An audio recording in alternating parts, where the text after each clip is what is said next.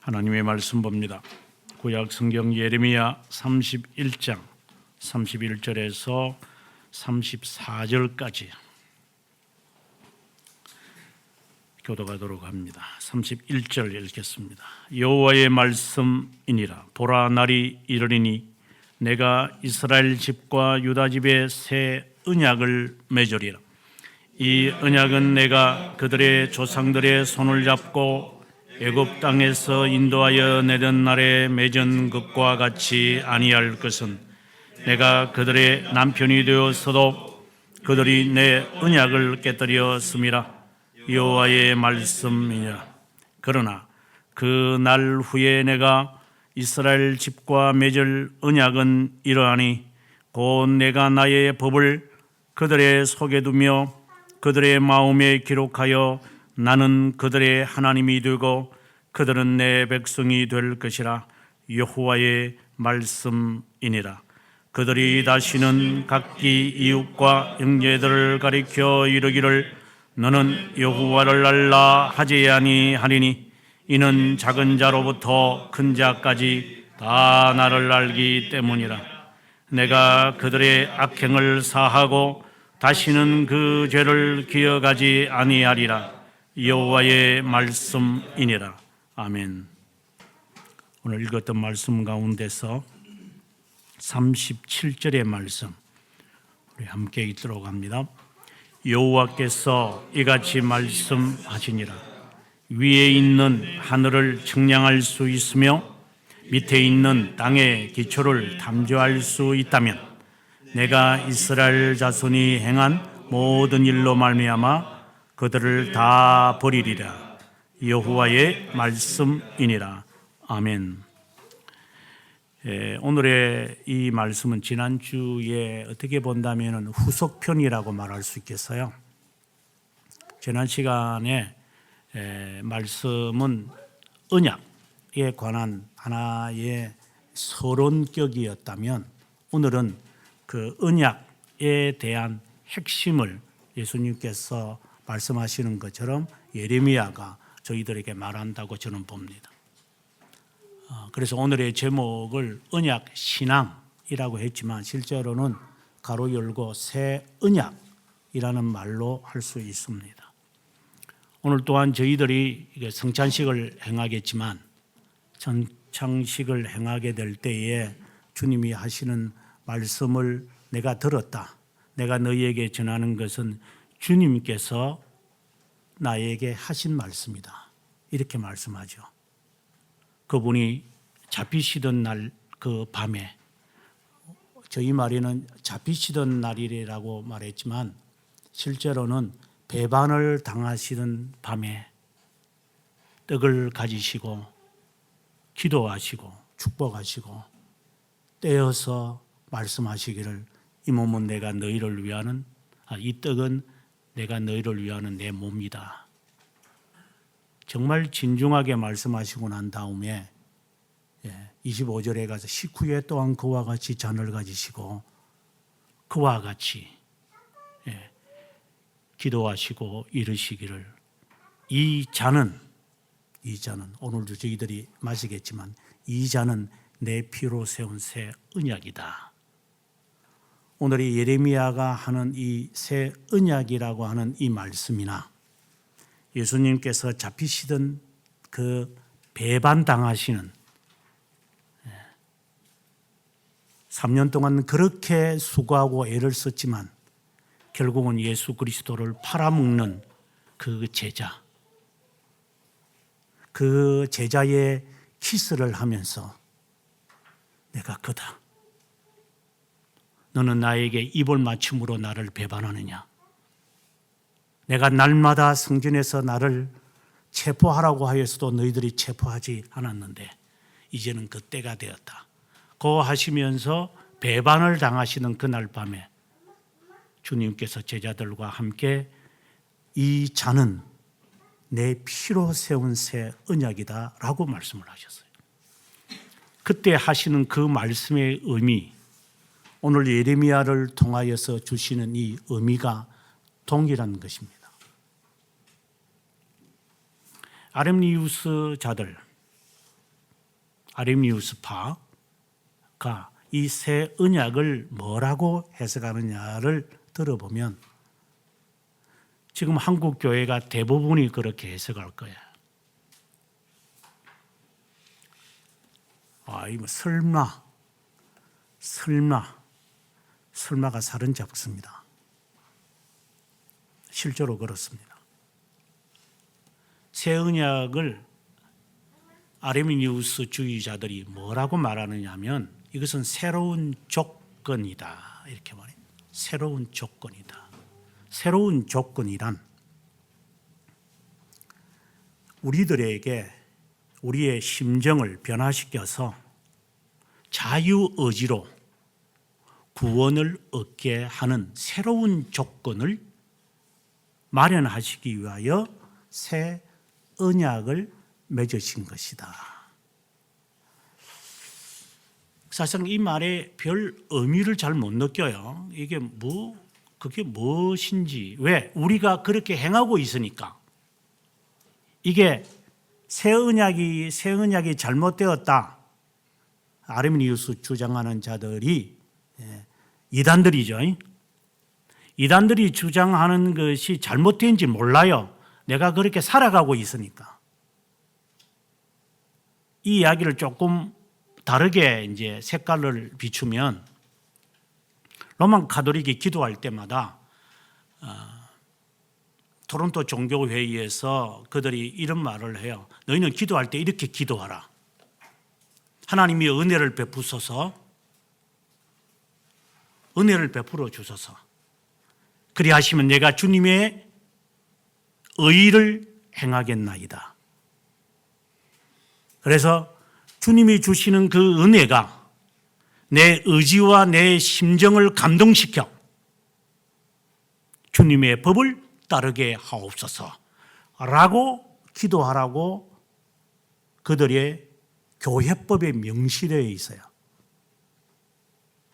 지금 우리가 그렇게 기도하고 있지 않나요?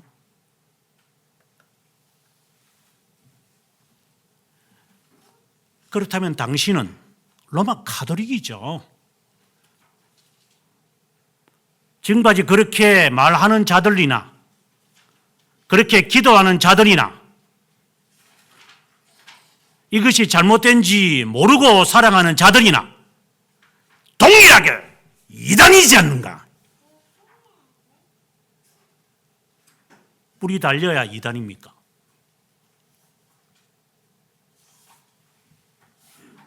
비서를 데리고 자가용을 타고 다니니까 잘못된 것처럼 보입니까?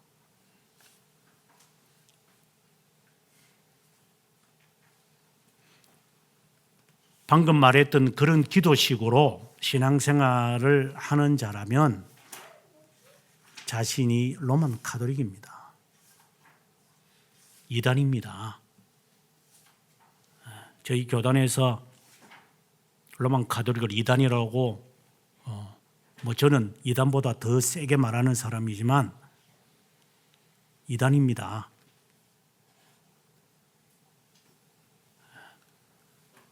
뿔난 사람들이 무서운 게 아니라 은밀하게 화를 내는 사람들이 더 무서운 겁니다. 감추어져 있는 이 독소들이 더 무서운 거죠. 저는 오늘 이 새 언약에 관한 말씀을 준비하면서 전율이 와서요. 무서웠어요. 여러분들이 새 언약에 대한 개념을 알기 위해 제가 번역했던 그 고백서를 10번이라도 20번이라도 읽어보십시오. 이해가 되는지. 이해가 안 될 겁니다. 개념이 안 잡힐 겁니다. 왜? 전체를 읽는 게 아니고 그 부분만 읽을 것이기 때문에 이해가 안 되는 겁니다. 약을 바르기 때문에 수술을 하지 않고 약을 바르기 때문에 안 되는 겁니다. 언약 신학이 개혁 신학의 핵심이다. 그래서 조금만 동영상을 보면 다 하는 이야기입니다. 그럼 언약 신학이 뭐지? 이렇게 물어보면 말하는 사람이 거의 없을 겁니다. 언약 신학이 뭐야? 그래서 오늘 제목을 저는 언약 신앙이라고 했는데 언약 신앙이 뭐야? 여러분의 마음속에 그 개념을 갖고 살아가는지 여러분 스스로에게 물으시기 바랍니다. 개혁 신앙을 갖겠다고 하지만 언약 신앙, 새 언약 이 개념이 나에게 그려지지 않는다면 우리는 아직도 좌충우돌하는 사람입니다. 오늘의 이 말씀에서 예레미야가 새 언약을 하나님께서 맺을 것이라고 약속을 내립니다. 무엇을 의미하고 당시의 사람들이 이 말을 알아들었을까요? 나중에 여러분 계속해서 26장부터 이 말씀을 계속해서 읽고 있겠지만 45장까지 계속 읽어보세요.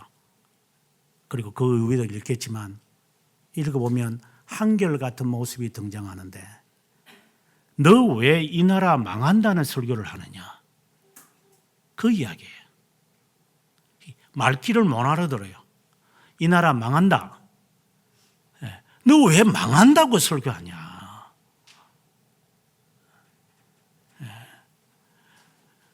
망한다고 설교하면 사람들이 알아듣겠느냐고. 히드기야가 그렇게 이야기를 하거든요. 왜 이 나라가 망하냐? 왜 바벨론에게 좋은 말을 하냐? 너 매국노냐 너? 여러분들이 아마 그럴 수도 있을 거예요. 제가 이런 이야기들을 하실 때 처음에 개척교회 하니까 어느 그 남자 집사가 저보고 그랬어요. 목사님은 한국인입니까? 미국인입니까? 그래서 나는 조선족이다. 내가 그랬어요. 목사님은 투가미는 미국 이야기하고 서양 이야기 하시는데 목사님은 한국의 을을 아십니까? 그래서 내가 네보다 10년은 더 살았다. 한국 잘 모르시는 것 같아요, 목사님. 그래서 지금도 귀에 쟁쟁 울립니다. 저보고 한국을 잘 모른대요. 어떤 한국이냐? 어떤 한국을 모른다고 말하냐? 너처럼 머리를 굴려가면서 돈 벌고 승승장구하는 그런 한국을 원하냐? 나는 그런 한국은 모른다. 한국은 그런 나라가 아니었으니까. 언약신학이라고 하는 이 말이 새 언약과 밀접한 관련이 있다는 것을 먼저 여러분 깨달으셔야 됩니다. 새 언약의 이 개념은 언약신앙과 이퀄이라고 해도 다를 바 없습니다. 언약신앙을 신앙이라고 합시다. 언약신앙을 해결하려면 새 언약의 의미를 파악해야 돼요. 예레미야가 그 이야기를 지금 저희들에게 하는 거예요.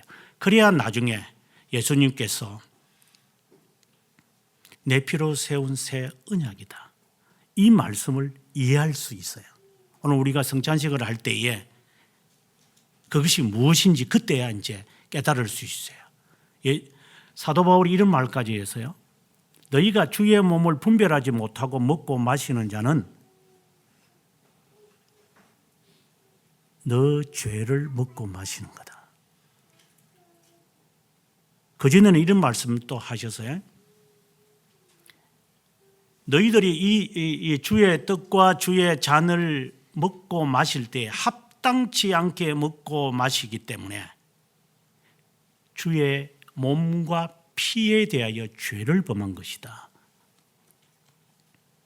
합당한 방법으로 이것을 너희들이 먹고 마시지 않았기 때문에 너희들이 주님의 몸과 피에 대하여 죄를 범했고 그 죄를 너희들이 지금까지 먹고 마셨다. 이 말입니다. 죄를 먹고 마신 거예요. 그럼 합당한 것이 그 의미가 뭔지를 우리가 오늘 이 말씀을 통하여 이제 열쇠를 가져야 될 거예요.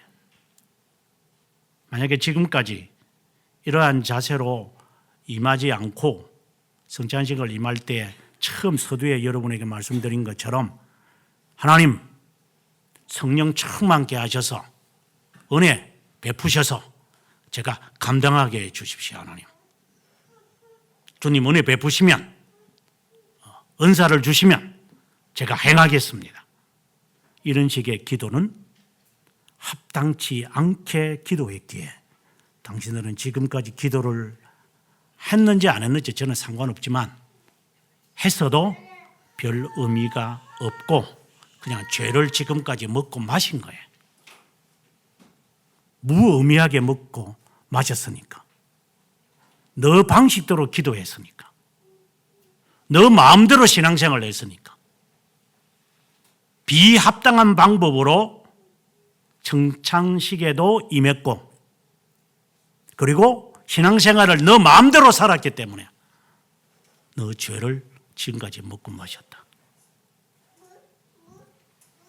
먼저 오늘의 이 말씀을 풀기 위해서 기본적인 것을 알아야 되는데 그것이 무엇이냐면 처음부터 시작을 합니다만은 31장 1절부터 보면 31장만 아니라 그 30장부터 시작을 합니다만은 여호와의 말씀이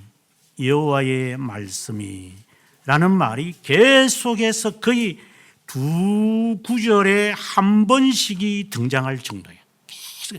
여호와의 말씀이다. 여호와의 말. This is what the Lord says. This is what the God of Israel says. 이게 계속해서 반복해요. 하나님의 말이다. 하나님의 말이다. 목사가 말하는 소리가 아니고 농담이 아니고 하나님의 말이다. 잘 들어라. 마치 잔소리처럼 하나님의 말이다. 하나님의 말이다. 잘 들어라. 31절에도 하나님의 말씀이다. 물론 여호와의 말씀이라는 말과 하나님의 말씀이라는 말의 의미는 다릅니다. 그것을 지금 말하고자 하는 것은 아닙니다. 여호와의 말씀이라. 보라 날이 이르리니 내가 이스라엘 집과 유다의 집에 새 언약을 맺으리라. 하나님이 하신 말씀이에요. 때가 이르면 날이 이르면 내가 이스라엘 집과 유다 집에 새 언약을 맺겠다. 먼저 이스라엘 집과 유다 집에 대한 이야기를 보면 1절부터 시작을 해서 22절까지 하나님은 이스라엘에 대한 이야기를 하세요. 특별히 7절에 보면은 여호와여 주의 백성 이스라엘의 남은 자를 구원하소서 하라. 이스라엘에 대한 이야기를 해요. 이는 북이스라엘 10지파를 지금 이야기하는 거예요. 그리고 9절에 가보면 에브라임은 나의 장자다 이런 말씀을 해요. 그래서 지금 이 31장 앞부분에서 이것은 이스라엘은 영적 이스라엘을 말하는 게 아니라 북이스라엘을 말하는 거예요. 그래서 북이스라엘에 남은 자가 있다 이 말은 남은 자. 그 다음에 하나님은 이스라엘에 대한 이야기를 또 해요. 15절부터 보게 되어지면은 쭉 이야기하시다가 21절에 가서 처녀 이스라엘아, 이스라엘에 대한 이야기를 해요. 그래서 지금 앞에서 이미 이스라엘과 유다, 이거는 지금 지리적인 이야기예요. 지금처럼 생각하면 안 돼요. 이스라엘과 유다의 집에 내가 새 언약을 맺겠다 이 말씀을 해요. 굉장히 어려운 말이죠. 이스라엘과 유다, 그리고 특별히 3절 3절에 가보면 이제는 이스라엘 집과 맺을 언약은 이러하니 라고 이야기를 해요. 그러면 여기서 말하는 이스라엘은 이것은 영적 이스라엘을 지금 이야기하게 돼요. 그래서 이게 이제 말씀 해석하는 게 헷갈리게 돼요. 유다의 이스라엘 집과 유다 집에 내가 새 언약을 맺겠다 하는 말씀의 의미는 31절의 말씀의 의미는 하나님이 너희들이 생각하는 지리적이고 선입관념과 상관없이 내가 새 언약을 맺을 것이다 라고 하는 말씀의 의미예요. 그러나 33절에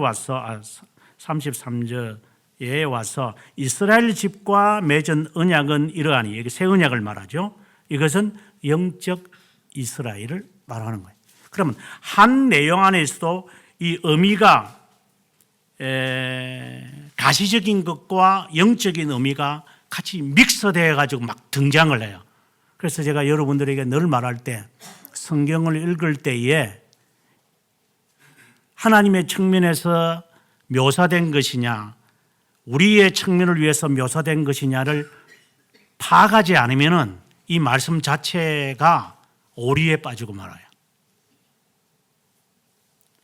새 언약에 대한 내용을 지금 아직은 제가 말하지는 않았지만 32절에 이 새 언약은 하고 성격을 말을 하는데 내가 그들의 조상과 손을 잡고 애굽 땅에 인도하여 내던 날에 맺은 것과는 같지 않을 것이다.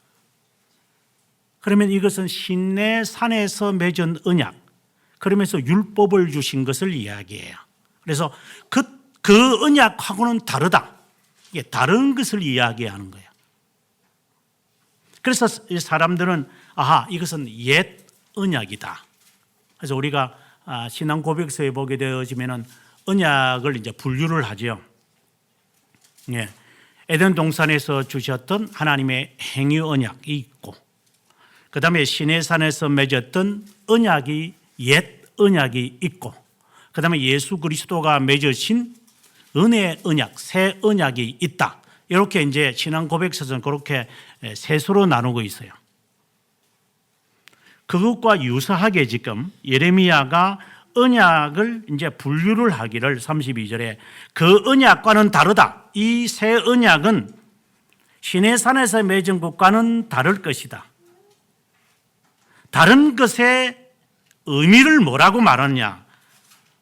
사실 키워드가 등장하기 시작을 하죠. 왜 다르냐? 여기서 우리가 실수하는 것은 형식이 다르기 때문에 다르지 않겠습니까? 옛 언약은 모세가 하나님과 맺었던 언약이고요. 새 언약은 예수 그리스도께서 피로 맺은 것이기 때문에 다르지 않겠습니까? 라고 말을 하면 틀린 것은 아니지만 너는 그래서 너는 호랑말코다. 개념화가 안 돼 있는 사람들이죠. 다시 말합니다. 옛 언약과 새 언약의 차이를 형식의 차이로만 인식을 한다면 너는 정말 구제불능이다. 여러분들이 다 이 범주에 들어가실 거예요.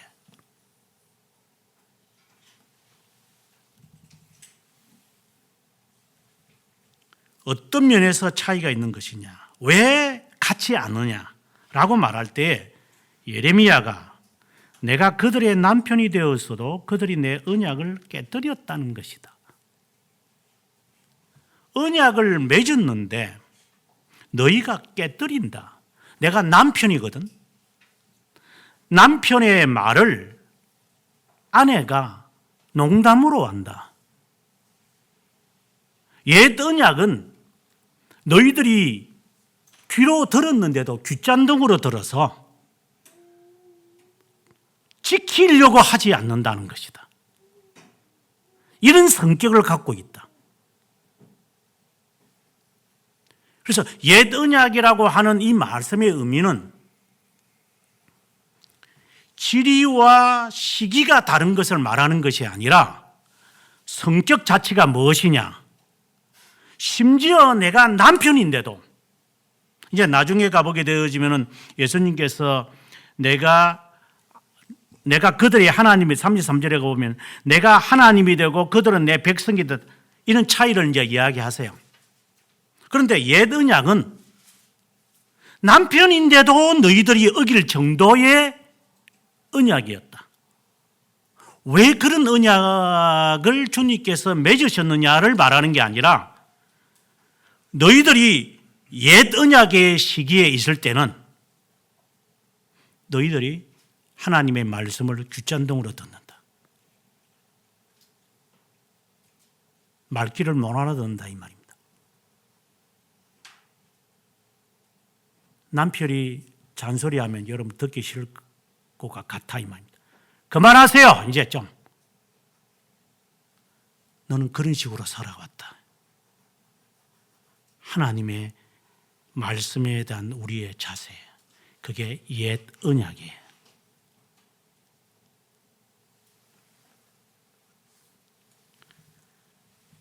아르미니우스파의 실수는 뭐냐? 옛 언약과 새 언약이 조건이라고 그들은 봐요. 과거에는 순종이었고 이제는 자발적으로 행하는 거다. 그런 양태가 달라졌다고 그들은 이야기해요. 옛 언약은 모세와 맺은 것이고 새 언약은 예수님 스스로가 맺으신 언약이다. 그런 양태를 가지고 서로 다른 거라고 이야기를 해요. 성경은 그렇게 말하지 않아요. 예레미야는 그렇게 말을 하지 않아요.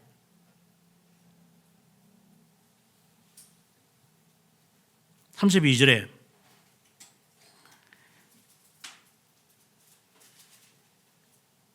그날에 맺었던 것과 같이 아니할 것은 그들의 남편이 되어서도 그들이 내 언약을 깨뜨렸다는 사실.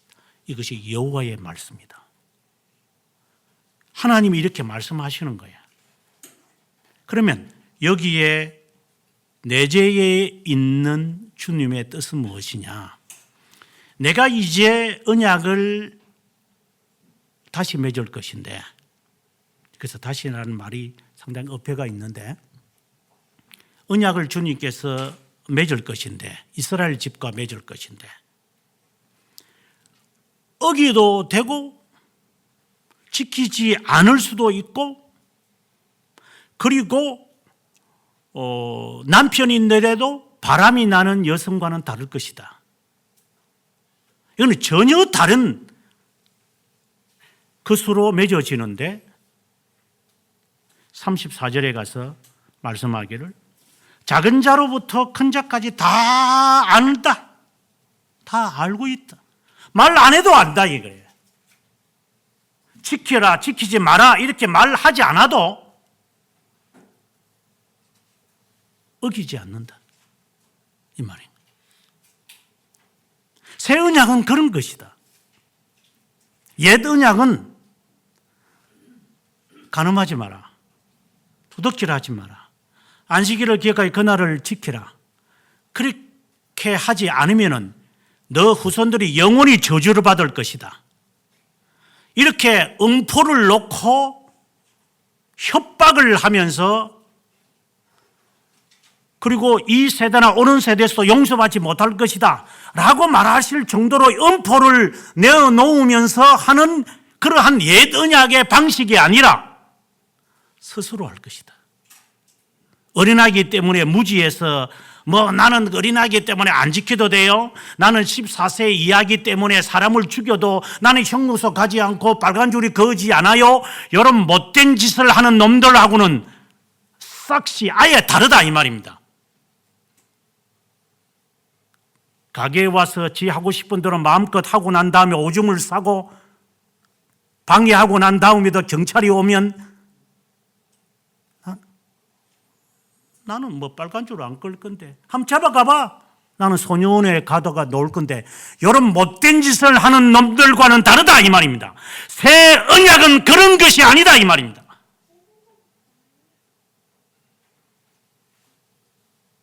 방금 태어난 어린아이라도 뱃속에 있는 어린아이라도 성령이 충만하여 주의 찬송이 들리면 같이 찬송을 부르는 자이다. 가르쳐줘야 하는 것이 아니라 스스로 자기가 자의로 하는 것이다. 하지 않으면 안 돼. 해야만 돼. 매를 대는 것이 아니라 너 스스로 하나님의 계명을 내가 할 것입니다. 이것이 새 언약의 성격이다. 아직 본질은 들어가지 않았어요. 새 언약은 그런 것이다. 나는 그 언약을 이스라엘 집과 맺을 것이다. 이것을 위해서 70년 동안 포로 생활을 하라고 했다. 그래도 정신을 못 차릴 거다.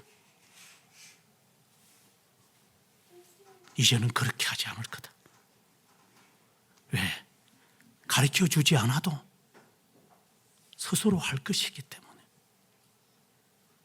제가 늘 하는 말, 공부라고 하는 말을 꼭 공부라는 지칭을 하는 것이지만 공부하려면 지가 알아서 합니다.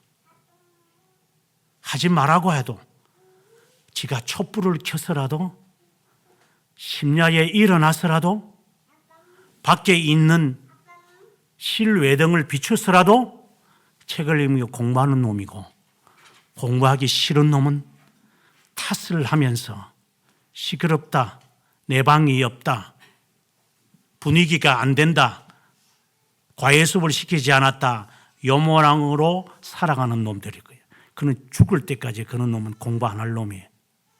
그런 놈을 공부시키려고 헌금 도둑질 해가면서 등록금 대고 주일 어겨가면서 돈 벌어가지고 뒤치다거리 해놨더니만 주인님 부인하면서 돌아가는 놈들이 만들 거예요. 그것이 합당치 않게 먹고 마시는 거니까.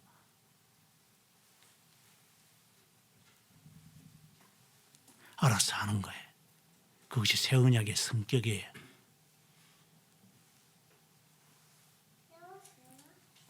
33절에 그러나 그 날 후에 내가 이스라엘과 맺을 언약은 이러하니, 다시금 이제 새 언약을 이야기합니다.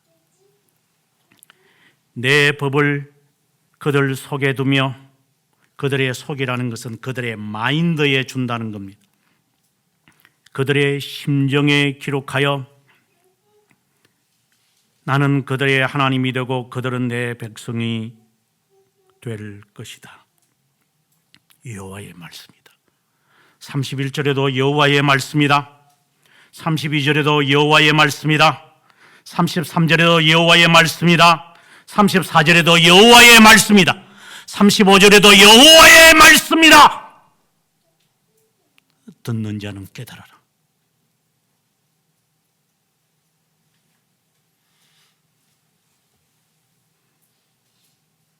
사실상 이렇게 말할 필요도 없죠.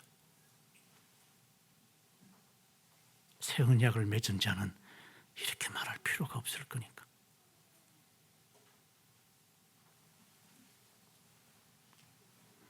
새 언약은 주님께서 주님의 법을, 이것은 율법을 말하는 게 아니에요. 율법을 포함해도 되겠지만 율법에 한정되면 안 된다는 의미입니다. 그 법을 너의 심정에 새길 거다.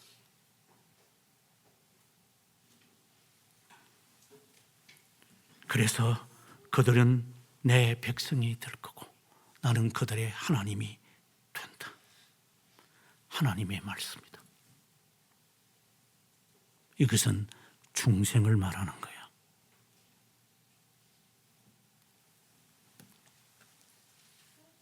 너희들이 참아도 하나님의 은혜를 받을 수 없을 거다. 너희들이 금식해도 하나님의 은혜는 임하지 않는다. 애를 써도 노력을 해도 산기도를 1000번 갔다 와 보십시오. 하나님의 은혜가 임하는 그때에 임하는 것이다. 그러니 나는 하나님이 임할 때까지 기다리겠어요. 그래서 너는 새 언약을 맺은 자가 아니다. 하나님의 은혜를 언제 임하는지 모르지만 나는 기다리고 기다렸더니 그의 할 일을 하는 사람이에요. 탓하는 자들이 아니라 내가 하야 할 일을 제가 할게요. 정말 멋있는 사람은 어떤 사람이에요? 지 할 짓 하면서 살아가는 사람. 아내는 아내 짓을 하세요. 남편 탓하지 말고. 아내 탓하면서 남편 짓 하지 않는 자들. 네가 그래서 내가 안 한다. 그냥 하세요. 그래야 멋있는 사람이 됩니다. 자녀도 마찬가지고. 등록금이 없어서 등록금 못 줄 것 같아. 아빠, 괜찮아요. 내년에 가면 되는 거지 뭐. 아니면은 금전구지 치면 되는 거고. 아빠, 등록금 마련하려고 그렇게 애쓰지 마. 내가 알아서 할게. 그런 말을 듣는 부모의 심정이 어때요? 고맙다. 내 살점을 도려내서라도 너를 공부시켜야 되겠다. 왜? 공부할 놈이기 때문에. 하나님이 그렇다 이 말입니다. 내 할 짓은 제가 합니다. 주님, 그 사람이 새 언약을 맺은 거예요. 중생된 자예요.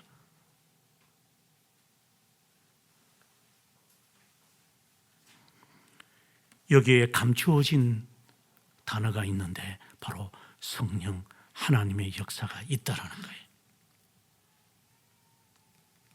성령 하나님께서 우리의 심정에, 우리의 이 마음에 주님의 법을 조명시키셔서 너로 하여금 하게 하실 거다.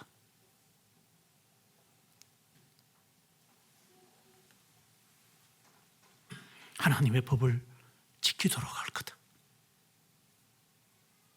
애쓰고 노력이 없어도 하게 되어 있다. 성령의 새 언약을 맺은 자는 그런 것이다.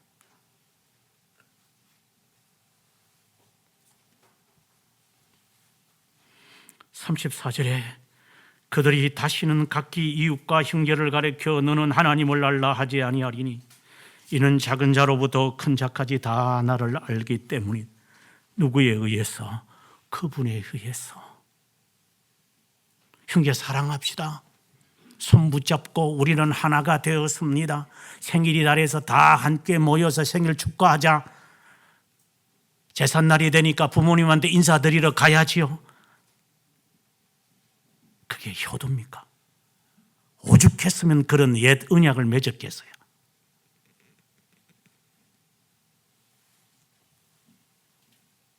하나님도 그런 하나님으로 알았다면 너는 아직도 옛 언약 안에 살아가는 자다. 성령의 감동과 성령의 역사가 뭔지를 모르는 자다. 그런데 성령 달라 그래요. 성령 충만하게 해달래요. 아르미니우스파 2단.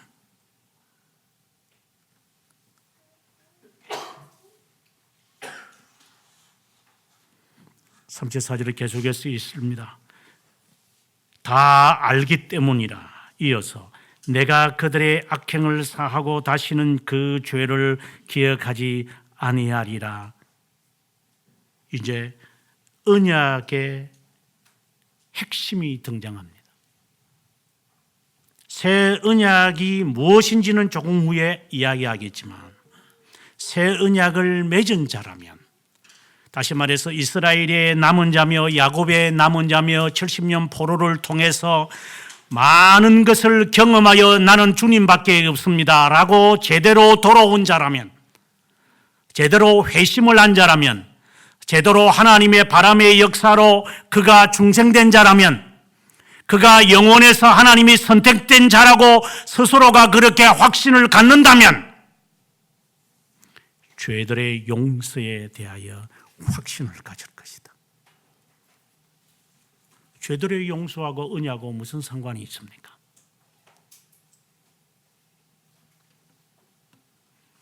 여기에 예수 그리스도의 피의 이야기가 등장하는 겁니다.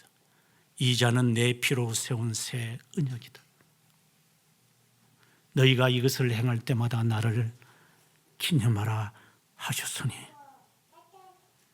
너희가 주의 떡을 주의 잔을 먹고 마실 때마다 주의 죽으심을, 주님의 죽으심을, 너희가 이 잔을 먹고 이 떡을 먹고 이 잔을 마실 때마다 이 떡은 우리를 위한 주님이 몸이었고 이 잔은 나를 위하여 새 언약을 맺으신 증거인데 너희들이 이것을 너희들이 무의식 속이었지만 먹고 마실 때마다 너희들이 행하는 것이 있는데 주의 죽음을, 주님의 죽음을 오실 때까지 너희들이 나타내는 것이다. 언약과 그리스도의 죽음과 관련을 짓는 것이에요. 그 주님의 몸과 피에 대하여 너희가 죄를 짓는 것이다 라고 했으니 너희는 여전히 죄에 대한 것과 그리스도의 죽으심과 새 언약의 개념을 모르고 있는 거예요. 이 떡을 먹고 이 잔을 마시면 마치 뽀빠이가 시금치를 먹고 힘을 내는 것처럼 힘을 내는 것으로 착각 속에 빠지는 사람들. 거룩하게 기도하면 성령의 역사가 있는 것으로 착각하면서 성찬식을 집행하는 자들. 어떤 짓거리를 했든지 간에 까만 가운을 입고 나누어 주면 눈물을 뚝뚝 흘리니까 이게 하나님의 은혜가 그에게 임했구나라고 착각하는 자들이나 똑같은 부류들이죠. 주님의 그 잔이 의미하는 주님이 흘리신 그 보혈, 죽음, 그것은 바로 우리의 죄를 위합니다. 이 죄를 해결하실 수 있는 분은 당신 중보자 예수 그리스도 외에는 없기 때문에 나는 당신 앞에 나오는 겁니다. 여기서 누가 말하지 않아도, 전도하지 않아도 심지어 말하면 성령께서 그의 마음의 문을 열어서 그분에게 오게 할 것이라고.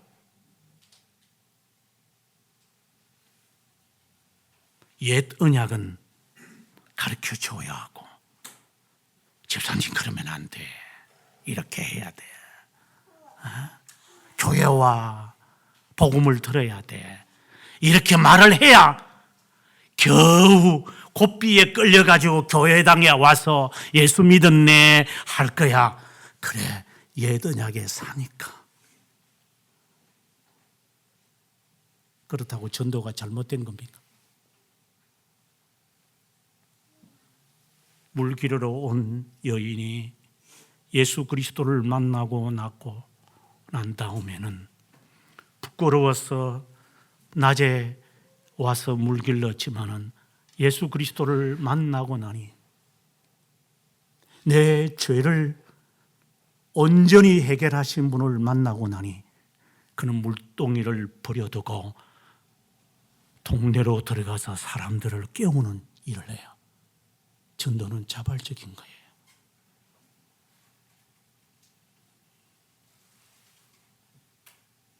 성령이 그렇게 역사하시는 거예요. 내 마음에 주님의 나를 위하여 내 죄 때문에 죽으셨다는 사실을 내가 알고 나니까 자발적으로 나 하나 살리려고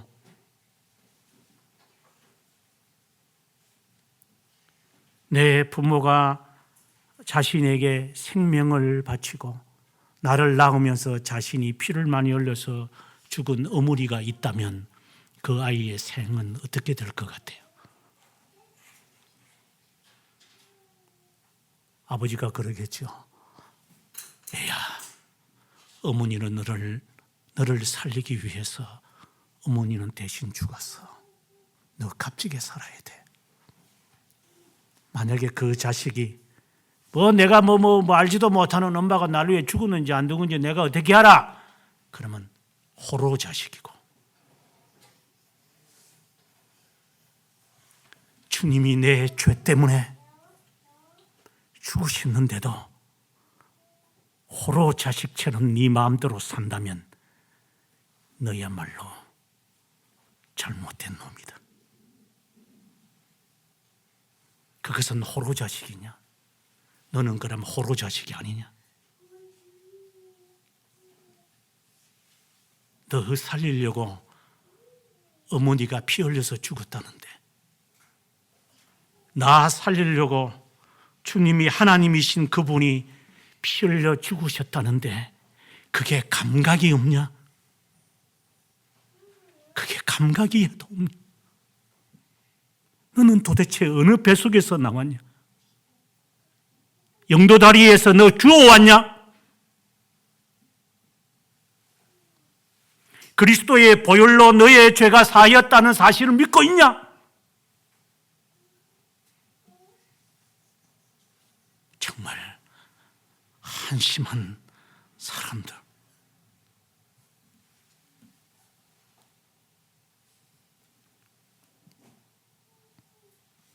심지어 주님이 37절에 이런 말을 합니다. 여호와께서 이와 같이 말씀하셨다. 하늘을 측량할 수 있느냐? 땅 밑에 들어가서 땅의 기초를 참조할 수 있겠느냐?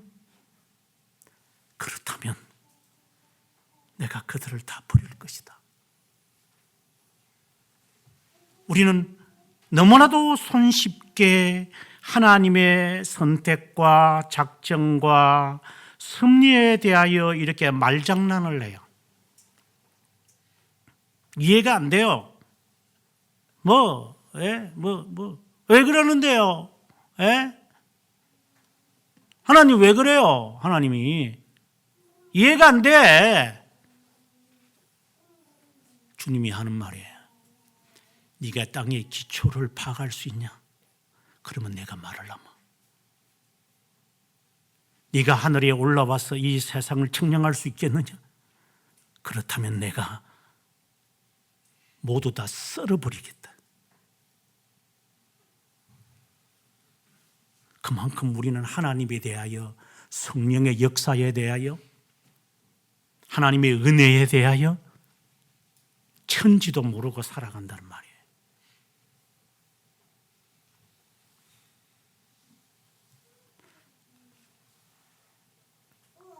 이 모든 것은 성령 하나님께서 이제 새 언약의 본질을 이야기합니다.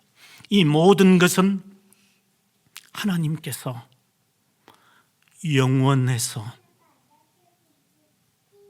나라는 존재를 택하심으로 때가 되어 세상에 뒹굴며 막 살다 보니까, 제가 늘 하는 말대로 조선족이 미국에서 조금 한 1년, 2년 살고 나면은 지도 조선족이 아니고 미국인인 줄 착각 속에 빠져요.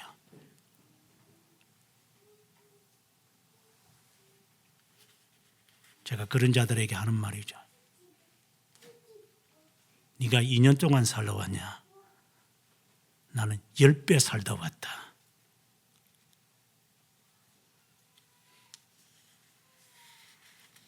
학교에서 걸쩍걸쩍 수업 따라가는 거 그거 할 줄 안다고, 영어 할 줄 안다고 그래. 꼴값을 들고 있어요.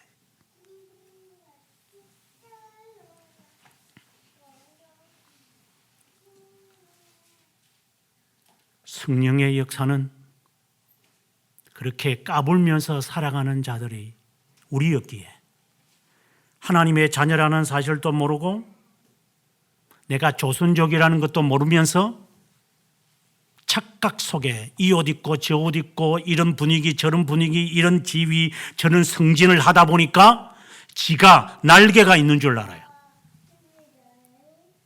세상 사람들이 다 저렇게 옷을 입고 다니니까 나도 저렇게 옷을 입고 싶은 유행을 따라 사는 그런 삶으로 너는 뒹굴며 살지 않았냐? 우리는 그렇게 살고 있거든요. 70년 또 모자랄 정도로 네 하고 싶은 대로 살아가요.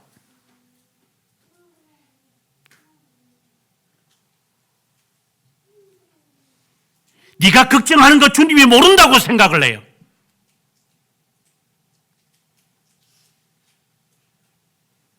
얼마나 고집탱인지.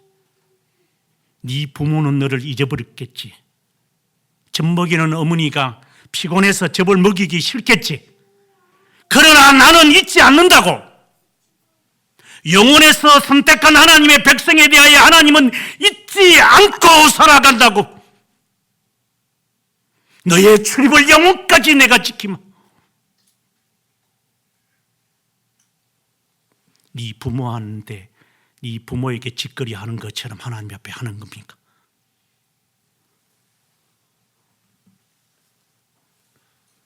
영혼에서 행하신 그 하나님이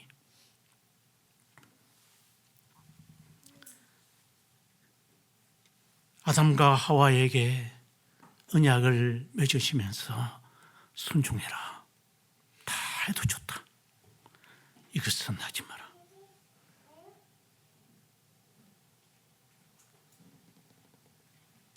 그러나 그들은 사탄에게 자신들의 의지를 내어놓고 하나님의 계명을 우습게 여기고 하나님이 모른다고 생각이 드니까 하나님이 왜 먹지 말라고 했는지 이렇게 달콤하고 지혜롭게 멋있게 생긴 것 왜 하나님이 먹지 말라고 한지 모르겠어. 나는 먹겠어 라고 하고 나니 조금이라도 양심의 가책은 생겼나? 부끄러운 줄은 아나 죄를 짓고 나니까. 그래서 무화과 나무 잎으로 가릴 것은 가리네. 그러나 주님은 양을 죽이셔서 그의 거죽으로 그들의 옷을 입히게 말씀하시며 앞으로 그와 같은 인류를 위해서 주님이 죽으실 것을 이미 약속하셨죠. 행위언약이라고 우리가 규정을 하지만 실제로 그것은 행위언약은 우리가 붙인 이름이고 하나님의 언약은 변하지 않아요. 그때든 옛 언약이든 새 언약이든 주님은 우리에게 순종을 요구하시는 거예요. 차이가 있다면 형식에서의 차이가 있겠죠. 그들은 계명들을 통하여 순종해라 라고 계명들을 주셨고 새 언약에서는 계명을 주시는 것이 아니라 예수 그리스도가 스스로 행하심으로 우리들로 하여금 그와 함께 순종하며 살라고 하시는 것이기에 성격은 조금 나타나는 양태가 조금 다를 뿐이지 주님은 언약에서 순종을 요구하는 것은 동일한 거예요. 어떤 환경에 있든지 주님의 말씀은 율법도 1.1획이라도 주님께서 변하지 않는다고 했어요.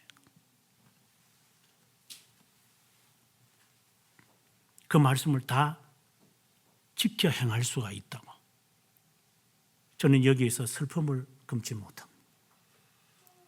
이 나이가 되면서 신앙생활을 했지만 하나님의 이 법을 다 지켜 행하지 못해서 여호수아에게 주님이 약속하신 것처럼 다 지켜 행하라. 그러면 너가 번성하리라.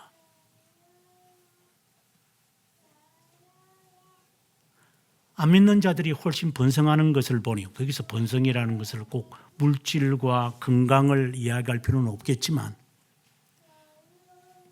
하늘나라를 이야기하겠지만 궁극적으로는 율법을 다 지키지 못하는 제 자신이 부끄러울 뿐이지 정말 성령으로 너에게 중생이 되어졌더라면 너는 죄에 대해서 깨달을 것이다. 아주 위험성을 느끼면서 이것이 얼마나 무겁다라고 하는 것을 알 것이다. 철로 역정을 쓴 기독교인이 장망성에 거했다고 그랬어요. 몰락의 성이죠. 그런 무거운 짐을 지고 있어요. 죄의 짐이라 그래요. 그래서 내가 이 문제를 해결해야 되겠어, 여보. 그러니 나와 함께 출발합시다. 이러니 크리스티나는 하는 말이, 안 가. 나는 안 가. 나는 망해도 나는 여기서 그냥 망할 거니까 당신 가든지 말든지 알아서 해. 기독교인은 고민에 빠집니다. 가족을 놔두고 갈 것인가? 그는 결심합니다. 가야 된다. 하고 아내와 자식을 남겨두고 그는 출발합니다. 여러분, 그게 잘못된 겁니까? 그걸 흉내내라고 하는 걸까요? 주님의 말씀이지 않습니까? 나보다 더 사랑하면 내게 합당치 않다. 내가 칼을 주러 왔지 내가 평화로 주러 왔느냐? 네 부모 자식 간에 잘 되라고 내가 이 세상에 왔냐? 주님을 그렇게 취급하십니까? 네 직장 잘 되라고 주님께서 오셨습니까? 가족이 화목하라고 주님이 오셨습니까? 그걸 위해서 예수 믿는 겁니까? 정말 중생된 자라면 그것이 당연히 있겠지만 자발적으로 가족의 화해를 위해서 자신이 희생하지 않습니까? 그걸 굳이 예수를 믿었기 때문에 그렇다고 핑계를 대면서 이 두 개를 같이 다 이행하려고 하십니까? 옛 언약과 새 언약을 같이 취급을 하려고 하십니까? 옛 언약에서 출발해서 새 언약에 머물지 않고 하나님에게는 동일한 거죠. 우리에게는 행위와 옛과 새 언약으로 면이 드러나는 거죠. 이거는 우리의 과정이지. 우리의 상황의 변화지. 하나님도 그렇게 변해서 이제 행위의 언약을 어기니까 그래. 이제 하나님께서 시내산에 가서 40년 훈련시키고 난 다음에 이제 새로 언약을 한번 갱신할까? 이제 법을 주면서 성문화 만들어서 자, 지켜 행하라. 주님이 그렇게 하셨네. 네가 그렇게 생각하는 거 아닙니까? 이제 또 사람들이 워낙 죄를 많이 범하니까 이제 70년 포로 생활 시키고 돌아오고 난 다음에 그들을 위해서 주님께서 이제 세상에 오셔가지고 그들을 위하여 실제로 십자가상에서 죽으시니까 이제 적어도 주님을 보고 주님의 죽으심을 보고 그래도 하나님의 율법을 지키는 그런 흉내라도 내겠지. 그래서 주님이 새 언약을 맺으신 겁니까?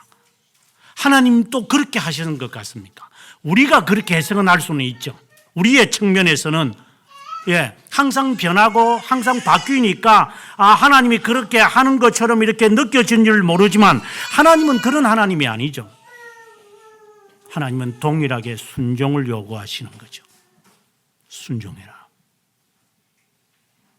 어느 형편에 있든지.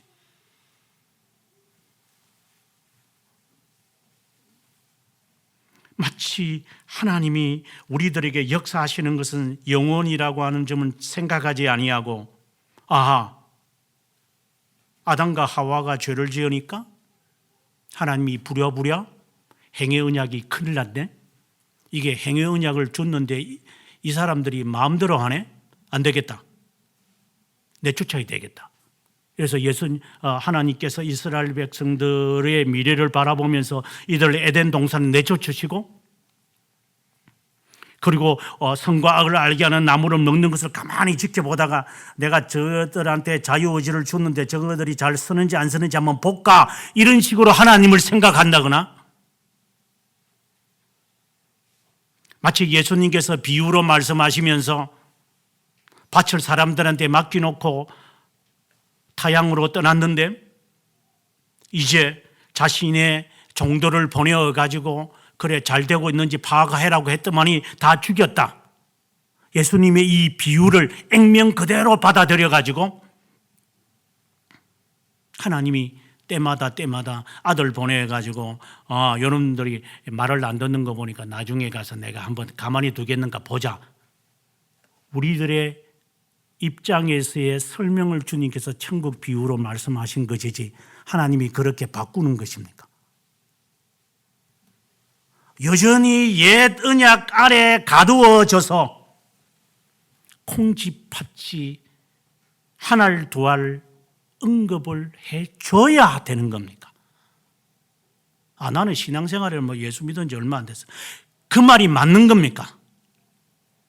성령이 그렇게 인간의 교육처럼 눈높이 교육을 해야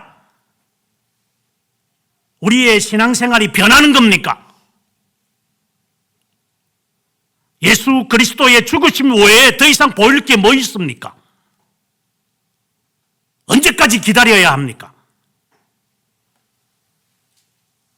하나님 차차 제가 조금 형편이 풀리면요, 그때 가서 여전히 옛 언약 아래에서 율법주의에 빠져서 헤어나지 못하는 사람들, 구원 받았는지 안 받았는지 저는 그런지 모르겠고 어쨌든 옛 언약의 모습대로 살아가는 사람, 하나님도 그런 하나님으로 알고 있는 사람들,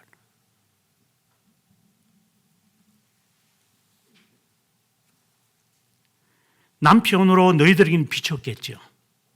그래서 네가 하는 대로 내가 하마. 우리 부부의 관계가 그런 거니까. 너 약속 어겼으니까 나는 바람 피운다? 너도 한 번, 두 번 음식을 했는데 음식을 안 먹어? 그럼 나도 이제 안 해. 네가 그런 식으로 세상을 살아가지. 그런 식으로 하나님께 향하는 거지. 여전히 율법주의와 옛 언약 안에 살아가는 사람, 중생의 경험은 해보지도 않고 중생은 저 먼 나라 이웃 나라도 아니고 저 먼 세상에 있는 것 같아요. 구원도 심각하게 제거해 봐야 되겠죠. 이제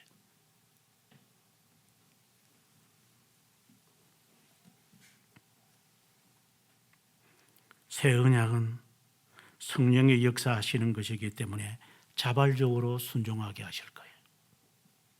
성령이 오시면 죄에 대하여, 의에 대하여, 심판에 대하여 가르칠 것이다. 조심하게 할 거다. 가르칠 필요가 없다. 오늘의 이 말씀을 보고서도 여호와의 말씀이니라라는 말씀이 반복하는구나. 이것이 내가 선입관념으로 갖고 있는 율법에서의 옛 언약과 신약 성경에서의 있는 은혜 아래 있는 은혜 언약인 새 언약을 말하는 게 아니구나. 이 하나님의 입장에서 볼 때는 여전히 하나이구나. 그 하나님의 그 영원하신 작정에 대하여 조금이라도 내가 인식을 할 수 있었다면 내가 자발적으로 순종을 했을 텐데, 콩쥐팥이 말해줘야 되고, 김치는 이렇게 해서 만드는 거란다. 엄마가 옆에 붙어야 줘야 아직도 네가 음식을 만들어 먹겠지. 그런 짓거리만 하고 살았으니까.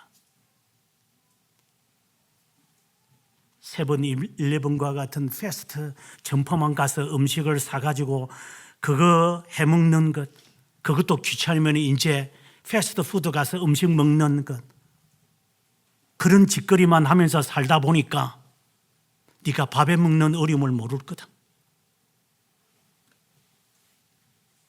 그래서 집값이 올라가면 어머니 집에 들어오면 안 돼요. 그래, 나갈 때는 언제고 들어오고 싶지. 이제 세상 살아보니까 힘들지. 여전히 우리는 옛 언약 아래에서 살아가는 사람들. 중생의 경험은 이미 멀리 가 있고 아직 중생 자체, 회심 자체도 하지도 않았어요. 자발성이 없기 때문에.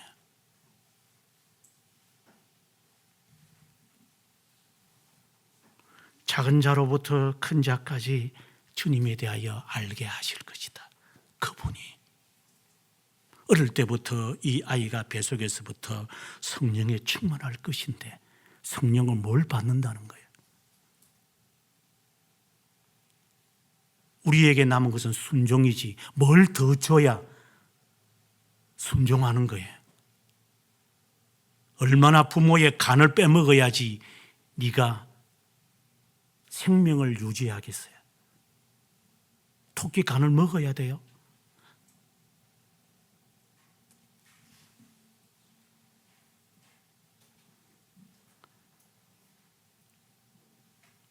십이지탕을 먹어야 건강합니까? 먹을 만큼 먹고 운동하면 될 것을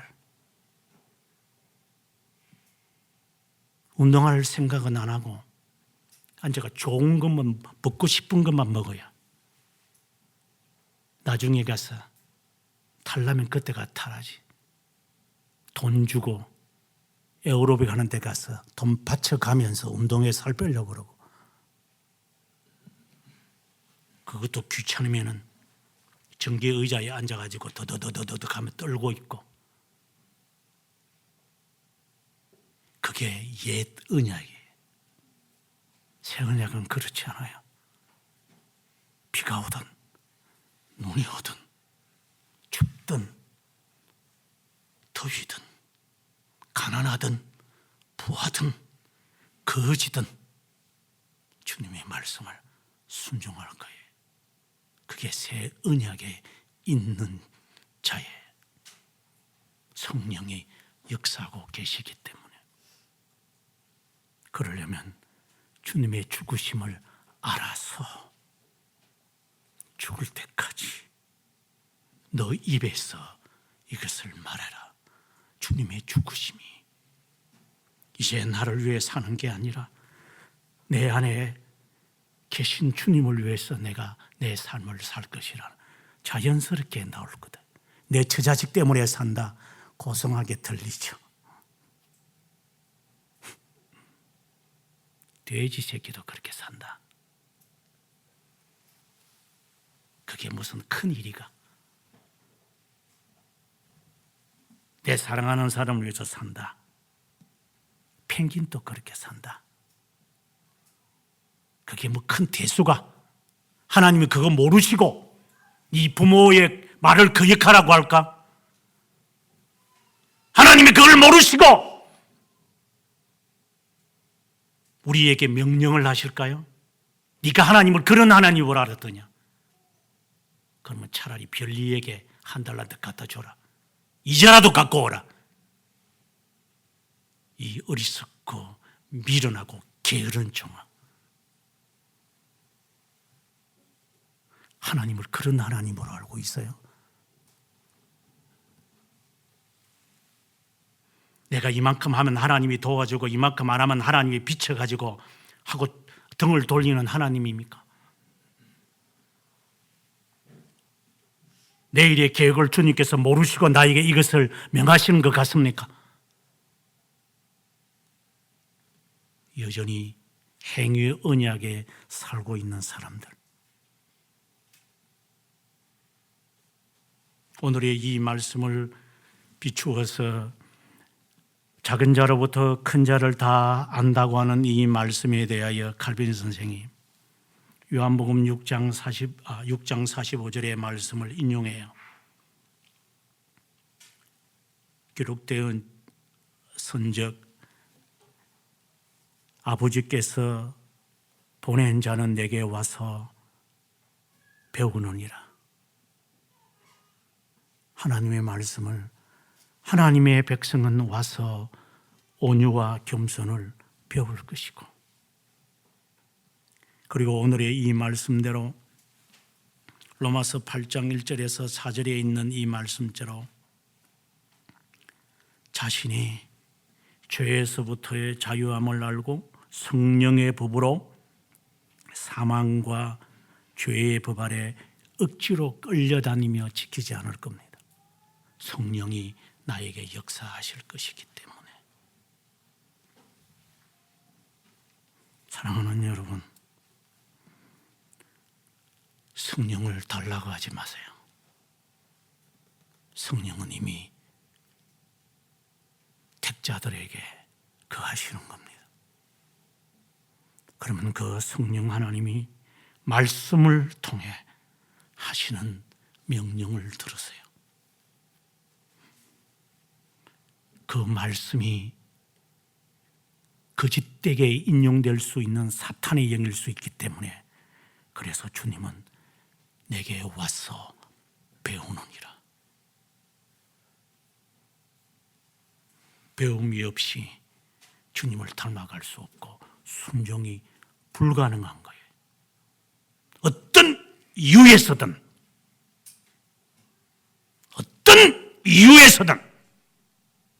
배우지 않는 자는 중생되지 못한 자입니다.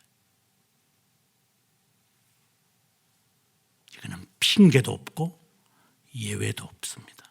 이거는 진리입니다. 어떤 이유에서든 하나님의 말씀에 대하여, 주님에 대하여 배우는 핑계를 댄다면 그것은 새 언약 아래 있는 것이 아니라 행위 언약 아래 지금도 앞으로도 살 가능성이 있는 겁니다. 영원 불변 무한 하신 하나님 아버지, 저희들은 눈이 있어도 보지 못하고 귀가 있어도 듣지 못하고 입이 있어도 말하지 못하는 살아있는 송장과 같습니다. 거짓됨을 알면서도 달콤하기 때문에 행하는 것이고, 죄임에도 알매도 불구하고 먹기 위해서 행할 수밖에 없는 저희의 무력과 연약함을 주님 앞에 고백합니다. 하나님, 이런 자들도 이러한 자를 주님께서 영혼에서 선택을 하셨기에 청량하지 못하여서 청량하지 못하는 줄 알면서도 청량할 수 없는 은혜를 공짜로 여겨서 멸시하고 경시하며 살아가는 저희들의 이 처참한 모습을 하나님 깨닫게 됩니다. 고귀한 것을 주어져도 개나 돼지처럼, 그것이 보석인지도 알지 못하는 동물처럼 저희들이 그렇게 생활합니다. 교회의 중요성이 얼마나 중요한지, 예배의 중요성이 얼마나 중요한지도 알지 못한 채 수많은 세월들을 허송으로 보내고 난 다음에도, 아니, 우리의 육체에서 영이 떠날 때까지라도 깨닫지 못하고 살아가는 수많은 사람들 속에 살다 보니 우리도 하나님의 은혜가 공짜로 베풀어 주시는 하나님의 은총이 값으로 매길 수 없음에도 불구하고 공짜인 줄 알고 마구잡이 사용하는 무가치한 자임을 주님께 고백합니다. 하나님, 하루하루 저희에게 허락하시는 시간들이 얼마나 고귀한지도 모른 채 쾌락과 자만 속에서 본인이 하고 싶은 대로, 하기 싫은 대로, 제 마음대로, 제 임의대로 우리는 마음껏 살아가는 불쌍한 자임을 주님께 고백합니다. 한 가지의 말씀을 통하여 인생이 변할 수 있겠습니까마는, 하나의 말씀을 통하여 인생이 변하게 하시는 하나님을 믿지 못하는 저희들에게 이 시간에도 하나님 앞에 농담으로 여기며 살아가는 저희들입니다. 우리의 인생이 농으로 살기에 하나님도 저희들에게 농담하며 살아가는 줄 알고 하나님을 신성모독할 때가 있습니다. 코미디언들이 시시껄껄하게 웃으며 실없는 말들을 하는 것을 침을 흘리며 좋아하다 보니 우리의 인생도 그런 줄 알고 제 마음대로 살아가는 우둔하고 우매한 자들입니다. 하나님, 불쌍히 여기옵소서. TV의 연속극을 보며 착각 속에 빠지면 사랑하는 인간, 히히닥거리는 코미인들이 낯갈리는 실없는 소리들을 듣는 우리들의 자신이다 보니 엄중하게 하시는 하나님의 말씀을 농담으로 듣는 신성모독죄를 범하곤 합니다. 하나님, 불쌍히 여기시옵소서. 하나님의 말씀을 한 번이라도 제대로 들을 수만 있다면, 한 번이라도 제대로 경청을 했더라면, 한 번이라도 내가 제 정신으로 살았더라면, 한순간이라도 1분이라도 내가 정신을 차리며 살았더라면 내가 그렇지 않았을 것임에도 불구하고 수많은 세월을 농담으로 웃음으로 낯가리다 보니 우리의 삶은 비참하게 당하고 나서야 그때야 억지로 고삐에 끌리는 사자나 동물들처럼 기어코 주님 앞에 나올 수밖에 없는 저희들입니다. 하나님, 그렇게 지저분하게 살지 않기를 원합니다. 그렇게 어지럽게 살지 않기를 바랍니다. 후회할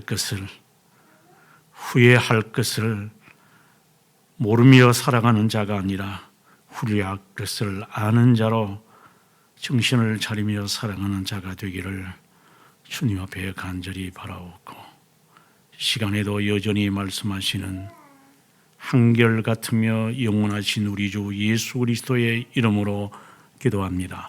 아멘.